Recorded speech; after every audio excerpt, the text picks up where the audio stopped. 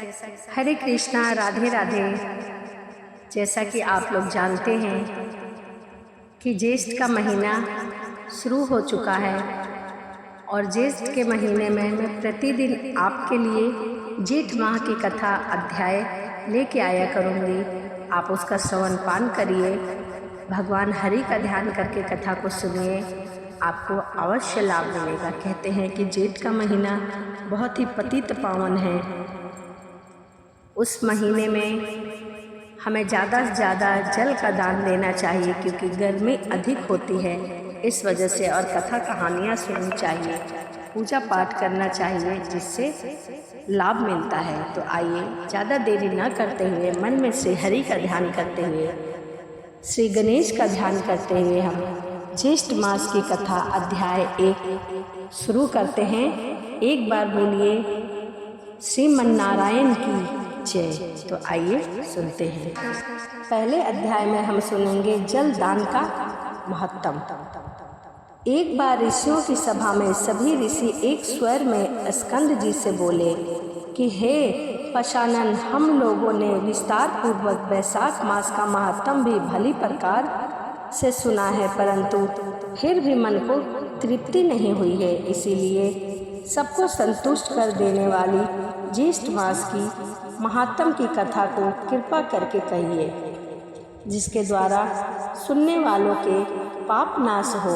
इस ज्येष्ठ मास का देवता कौन है, इसके सेवन से क्या फल प्राप्त होता है तथा इसके सेवन की विधि क्या है, ज्येष्ठ मास में हमें किस देवता की पूजा करनी चाहिए, यह वार्ता हमसे कहिए। स्कंद जी ऋषियों से कहने लगे कि आप लोगों ने लोक कल्याण के लिए अत्यधिक उत्तम प्रश्न किया है।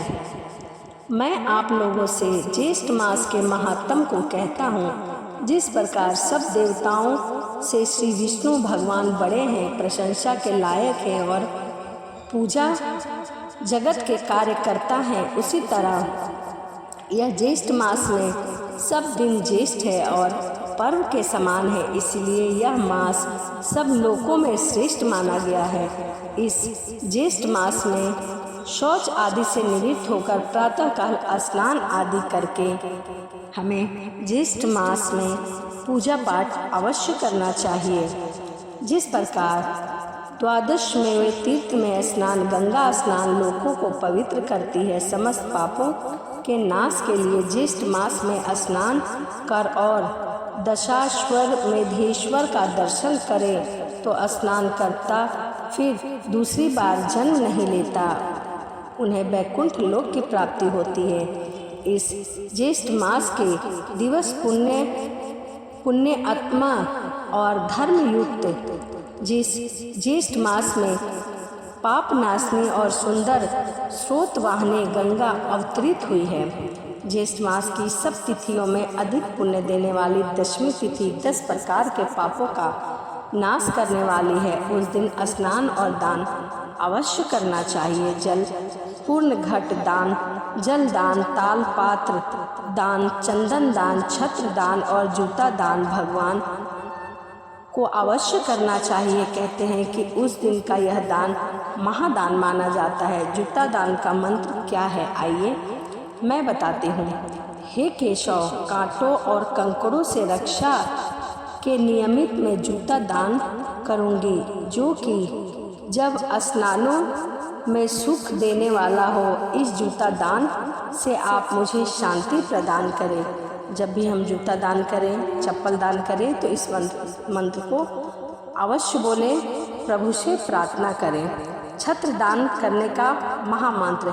हे केशव, हे प्रभु, इस लोक और परलोक में धूप से आप मेरी रक्षा करें। हे प्रभु, यह छत्र आपकी प्रत्यर्था आपके लिए ब्राह्मण को मैंने दिया है, कृपया इसे स्वीकार करें। जब भी आप छत्र का दान करें, छत्र मतलब छाते का दान करें, तो आप इस मंत्र का उच्चारण अवश्य करें। शंकरा तथा जल पूर्ण घट दान का मंत्र। शंकरा मतलब चीनी घट, घड़े में जल को भरकर जब हम दान करते हैं तो उसके लिए हमें इस मंत्र का उच्चारण करना चाहिए। मैंने शंकरा और जल से पूर्ण घट का दान दिया है, इससे 33 तिथियों के देवता प्रसन्न हो। प्रभु आप मुझ पर कृपा करें और इस जल को, इस शंकरा को स्वीकार करें। जब भी आप जल का दान करें, शंकरा का दान करें, किसी मीठे चीज़ का दान करें तो इस मंत्र का उच्चारण अवश्य करें। व्यंजन दान मंत्र, ज्येष्ठ के महीने में भोजन का दान भी महादान माना गया है। जब भी हम किसी को भोजन दान करें तो हमें किस मंत्र का उच्चारण करना चाहिए, आइए जानते हैं। सदैव धर्म को शांति देने वाले ने श्री विष्णु भगवान का प्रिय व्यंजन श्री त्रिविक्रम भगवान की प्रीति के लिए मैंने ब्राह्मणों को दिया है। हे प्रभु इसे स्वीकार करें, इस व्यंजन को स्वीकार करें। जब भी आप खाने का दान करें तो इस मंत्र का अवश्य उच्चारण करें ताकि प्रभु स्वीकार करें। चंदन दान का मंत्र, यह कपूर खस से युक्त चंदन सुंदर और रुचिकर है, इसका मैं दान करती हूँ। इसके दान से देवता, ऋषि, पिता और मनुष्य सब तृप्त हो जाए। हे प्रभु इसे स्वीकार करें। जब भी चंदन का दान करें तो इस मंत्र का जाप अवश्य करें। इस प्रकार अपनी शक्ति के अनुसार अनेकों दान को देना चाहिए और प्राणी मात्र की रक्षा के लिए निर्जल देश में जल का भी दान देना चाहिए।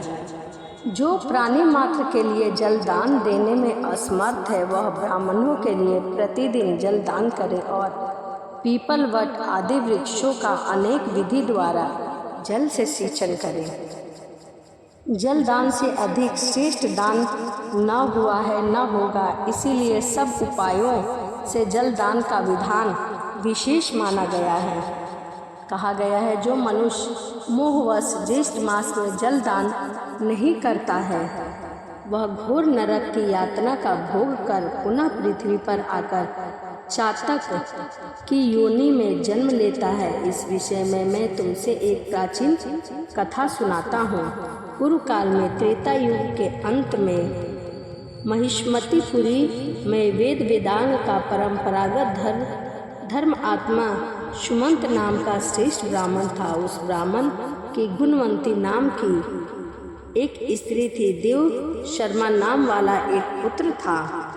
देव शर्मा ब्राह्मण पुत्र सदैव देवता पूजन में निरंतर और अतिथि प्रिय थे। किसी समय देव योग से वह समिधा लेने के लिए वन में गए। वहाँ वह प्राप्त तेज किरणों से और तृषा से अत्यंत व्याकुल हो गए। उस वन के तालाब के समीप जाकर वह एक वृक्ष की छाया में बैठकर जल पीकर समीप में ही सो गए। उस ब्राह्मण के भय से उस वन में जो मृग और परीक्षणगण थे वे सब तृषा से पीड़ित होकर व्याकुल हो गए और कुछ मर भी गए। सूर्य नारायण के अस्त हो जाने पर जल्द उसकी निद्रा दूर हुई। तब वह ब्राह्मण अपने घर को वापस आया।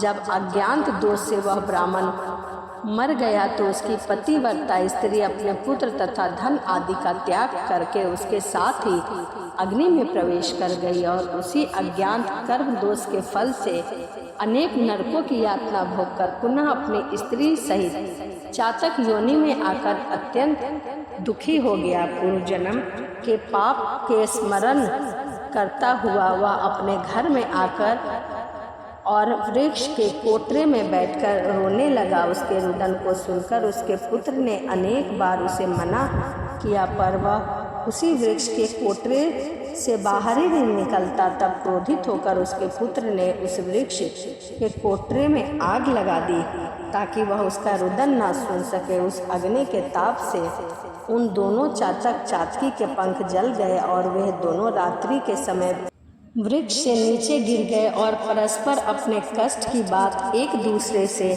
कहने लग गए। इनके पारस्परिक कष्ट की बात को सुनकर उनका पुत्र विस्मित हो गया और वह वहां से श्रेष्ठ ब्राह्मणों के आश्रम में गया और अपने माता पिता की सारी वृत्तांत कह सुनाया। उनसे अपने पिता के उद्धार का साधन जान अपने घर आया, उस ब्राह्मण श्रेष्ठ ने उसी निर्जन वन में प्याऊ लगा दी। उस प्याऊ के पुण्य से उसके पिता फिर से ठीक हो गए और दिव्य रूप होकर सुंदर विमान में बैठकर विष्णु भगवान के धाम को चले गए। हे विप्रियगण, मैंने पूर्व का वृतांत आप लोगों को कह सुनाया, जिसमें जलमार्ग के अवरोधन से जलदान की अद्भुत महिमा का वर्णन है कि ज्येष्ठ माह में जलदान कितना महत्व है। इसीलिए जलदान का विशेष महत्व माना गया है और जलदान हमें अवश्य करना चाहिए। इति श्री ज्येष्ठ मास महात्म जलदान महात्म प्रथम अध्याय संपूर्ण। इसी के साथ ज्येष्ठ मास के महात्म जलदान की कथा यहीं समाप्त होती है। इसी के साथ वीडियो को समाप्त करते हैं और मिलते हैं अगले वीडियो में। राधे राधे, जय श्रीमन नारायण, हरे कृष्णा।